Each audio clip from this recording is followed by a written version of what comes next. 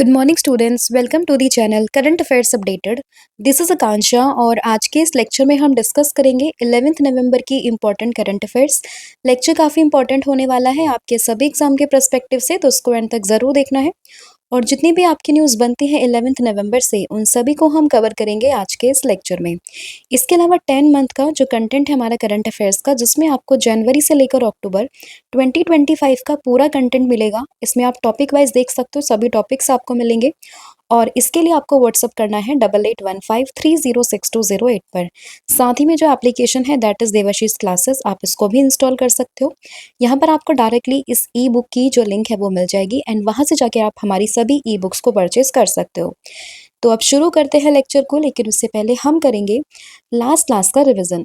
तो last class में हमने देखा था कि यूनाइटेड नेशन वाटर कन्वेंशन में ज्वाइन होने वाला फर्स्ट साउथ एशियन कंट्री ये बना है Bangladesh. Minuteman third intercontinental ballistic missile इसको डेवलप किया है यूएसए ने। अभी जो है state of climate update for COP30 इसको रिलीज किया है वर्ल्ड मेट्रोलॉजिकल ऑर्गेनाइजेशन ने। आर्मी स्पोर्ट्स कॉन्क्लेव 2025 इसको यहाँ पे ऑर्गेनाइज किया इंडियन आर्मी ने। कहाँ पर? न्यू दिल्ली में। एक काउंटर ड्रोन एक्सरसाइज है वायु समन्वय सेकंड, जिसको अभी रिसेंटली कंडक्ट किया है इंडियन आर्मी ने। अभी जो है टॉप ग्लोबल रैंकिंग में जो ICA वर्ल्ड कोऑपरेटिव मॉनिटर्स की रैंकिंग है, उसमें अमूल को यहाँ पे टॉप पोजीशन दी गई है। अभी जो है इंडियन पोस्ट पेमेंट बैंक ने EPFO के साथ में मिलकर एक पार्टनरशिप करी है, जिसमें कि वो door step digital life certificates को यहाँ पे प्रोवाइड करेगा for the pensioner. National legal service day मना है 9 नवंबर को। इसके बाद हमने डिस्कस किया था कि जो कंचनजंगा नेशनल पार्क है उसको अभी गुड स्टेटस यहाँ पे दिया गया है बाय दी IUCN। अंगोला और बोत्सवाना में अभी जा रही हैं कौन? हमारे देश की president Droupadi Murmu. James Watson जिनके भी 97 ईयर की एज में डेथ हुई है, वो एक साइंटिस्ट थी जिन्होंने कि डबल हेलिक्स स्ट्रक्चर को यहाँ पे क्या किया था? डिस्कवर्ड किया था ऑफ द DNA।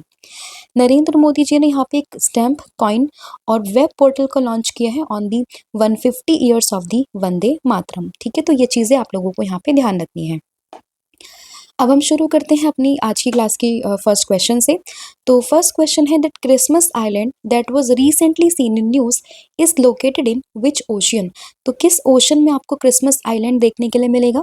तो ये आपको इंडियन ओशन में देखने के लिए मिलेगा, that is option number D.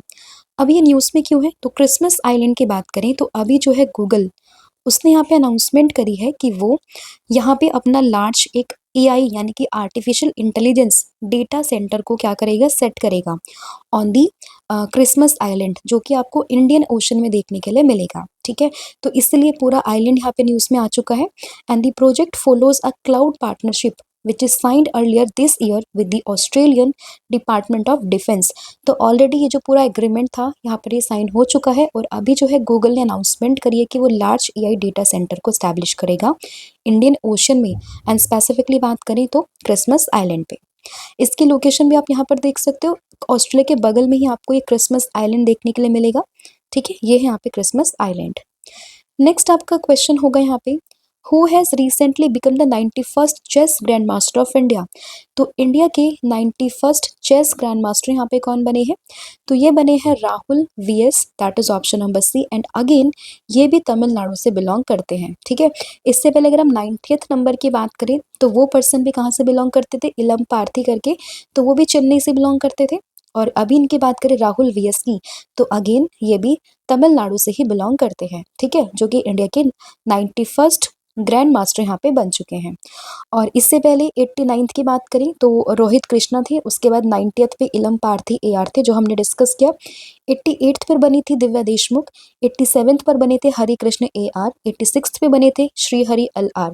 हालांकि इतने सारे तो इम्पोर्टेंट आप नाम नहीं याद रख पाओगे, बट हाँ आपको लास्टली 3-4 नाम तो आपको याद रखने हैं। तो 91st की बात करें राहुल VS बने हैं, 90th पे बने हैं इलम पार्थी AR, 89th बने थे S Rohit Krishna and 88th बने थे दिव्या देशमुख। नेक्स्ट क्वेश्चन रहेगा, who has been selected as the most generous donor as per the Hurun India philanthropy list 2025। तो इसके अकॉर्डिंग यहाँ पे मोस्ट जनरस डोनर ये कौन बना है? तो ये है शिव नादर एंड फैमिली, यानी कि ऑप्शन नंबर ए। तो शिव नादर एंड फैमिली यहाँ पे मोस्ट जनरस डोनर बनी है एज पर दी हिरॉन इंडिया फिलैंथ्रोपी लिस्ट 2025। और इन्होंने यहाँ पे अगर हम लास्ट फाइनेंशियल ईयर की बात करते हैं 2024-25 की, तो लगभग 2708 करोड़ रुपीस का डोनेशन किया है। और अगर हम डेली बेसिस पर बात करें तो एवरेज यहाँ पे 7.4 करोड़ रुपीस पर डे का इन्होंने यहाँ पे डोनेशन किया है।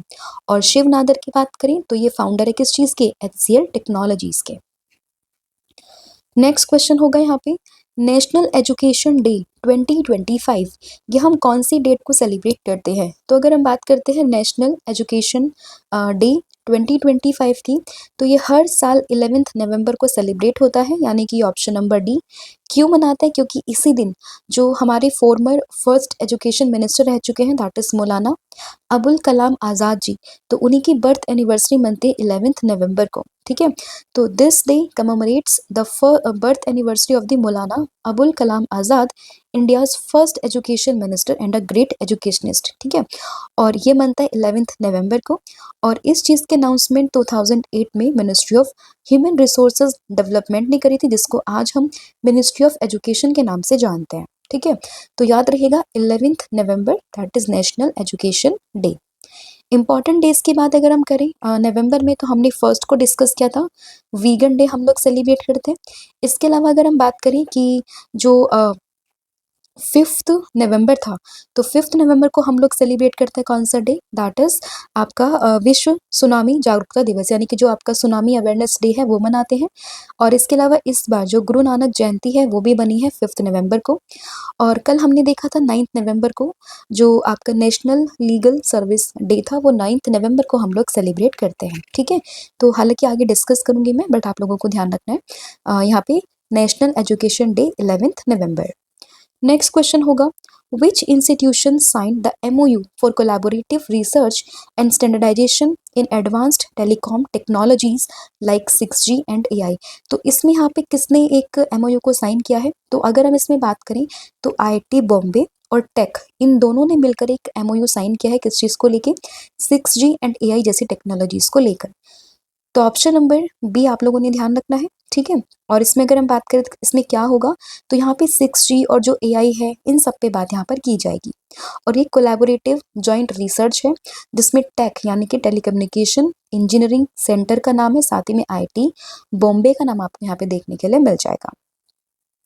और ये जो पूरा MOU साइन हुआ है वो 7th नवंबर को हुआ है।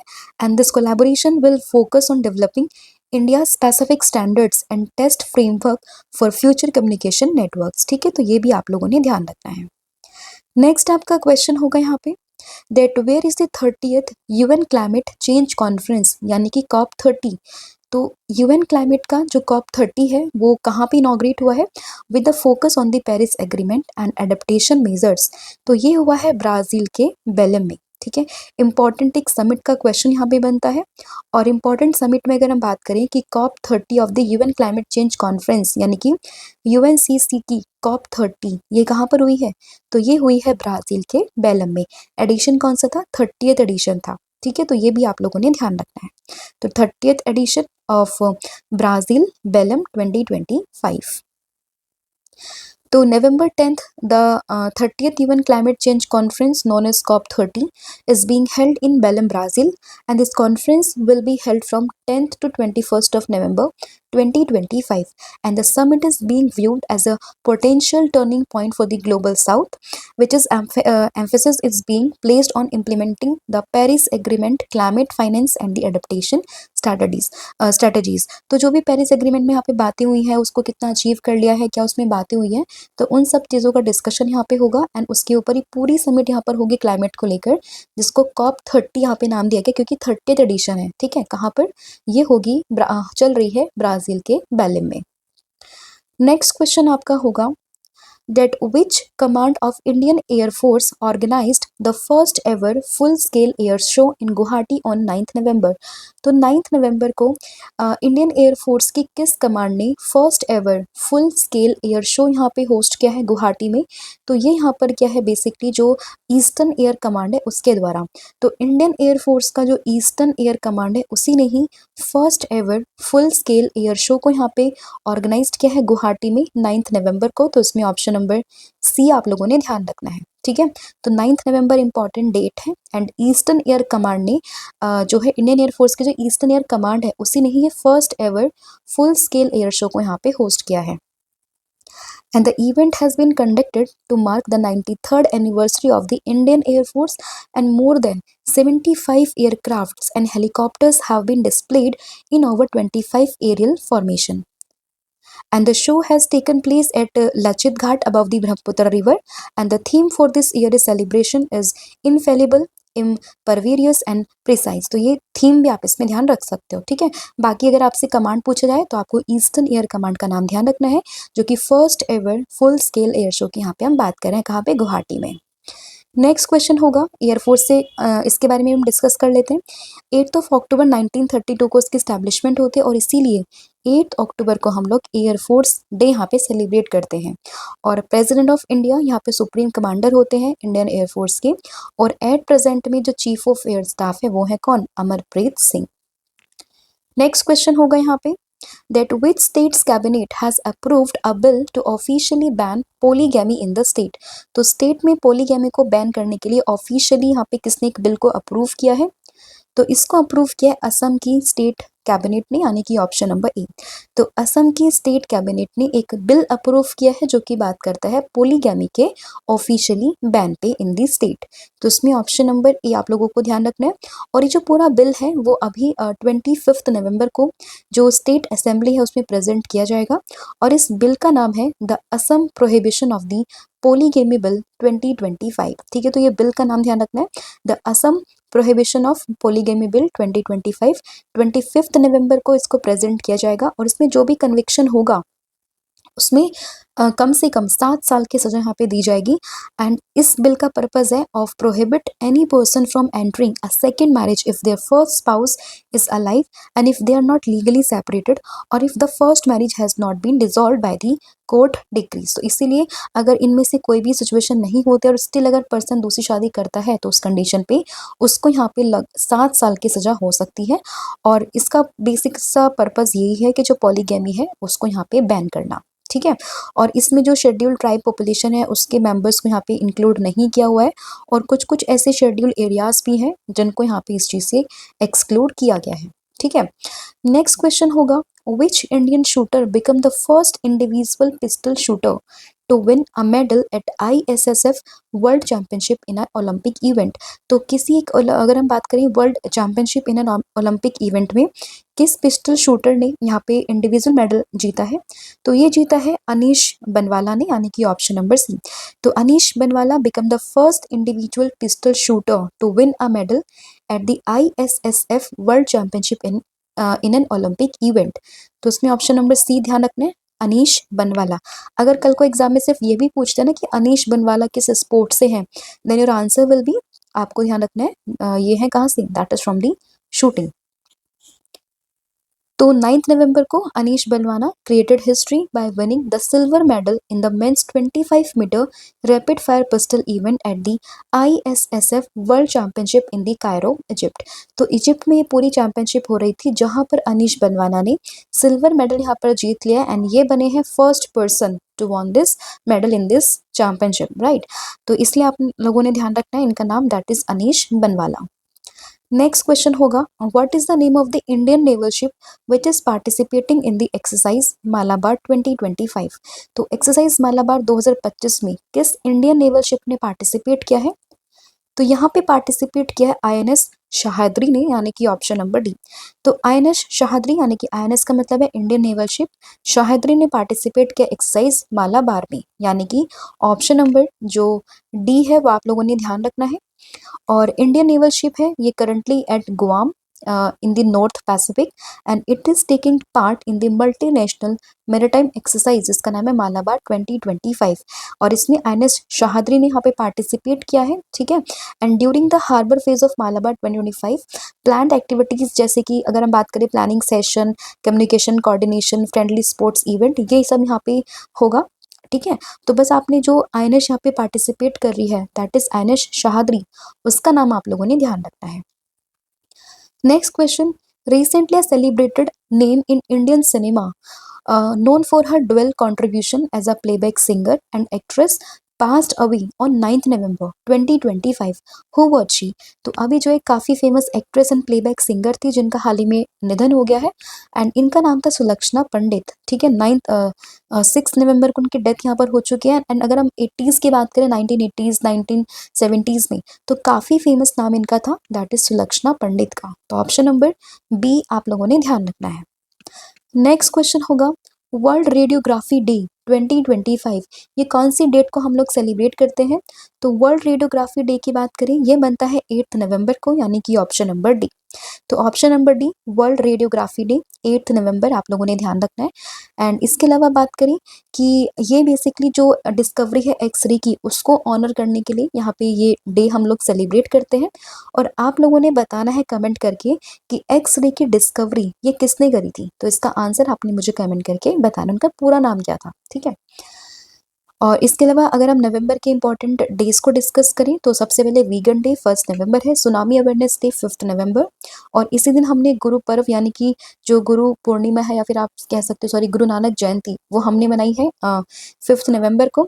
7 नवंबर में national cancer awareness day, world radiography day हमने डिस्कस किया 8 नवंबर एंड नेशनल एजुकेशन डे जिस दिन हम मौलाना अबुल कलाम आज़ाद जी का बर्थडे मनाते हैं तो ये है 11 नवंबर। ठीक है, तो ये आपके सारे इंपॉर्टेंट डेज थे नवंबर में।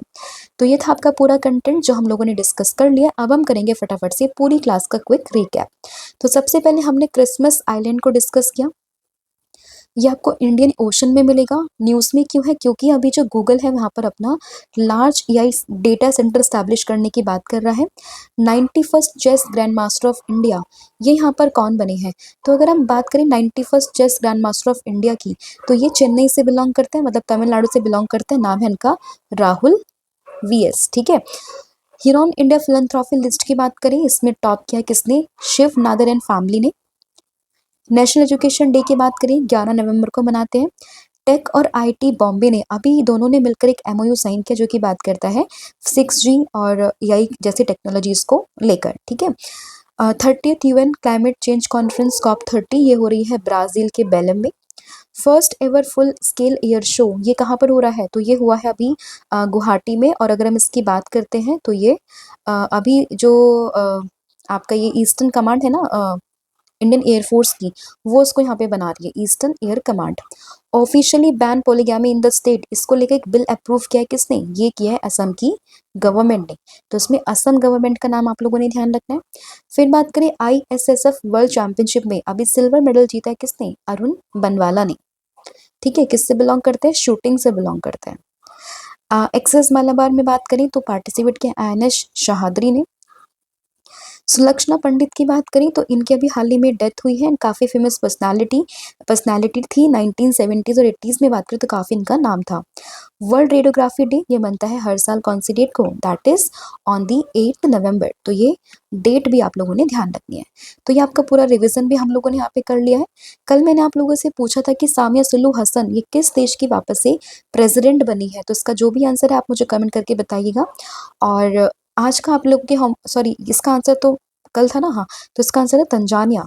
और आज आप लोगों ने मुझे कमेंट करके बताना है कि Indian standards bureau of Indian standards इसके डीजी यानी कि डायरेक्टर जनरल ये कौन बने हैं। तो इसका आंसर क्या है वो आप मुझे कमेंट करके बताओगे। इसके अलावा कॉम्बो ऑफर इसमें आपको current affair static GK plus 1000 MCQ series मिलेगी। तो इसके लिए आप हमें व्हाट्सअप कर सकते हो 8815306208 पर। साथ ही में ऑनलाइन कोर्सेज हैं जिसमें आपको 40% का ऑफ भी मिल जाएगा। आप इसके लिए कूपन कोड यूज़ कीजिए 1,040,000 आपको सभी कोर्सेज पर 40% का ऑफ यहाँ पर मिल जाएगा। तो thank you so much, have a good day, wish all the very best. जय हिंद, जय भारत, जय जगन्नाथ। Thank you.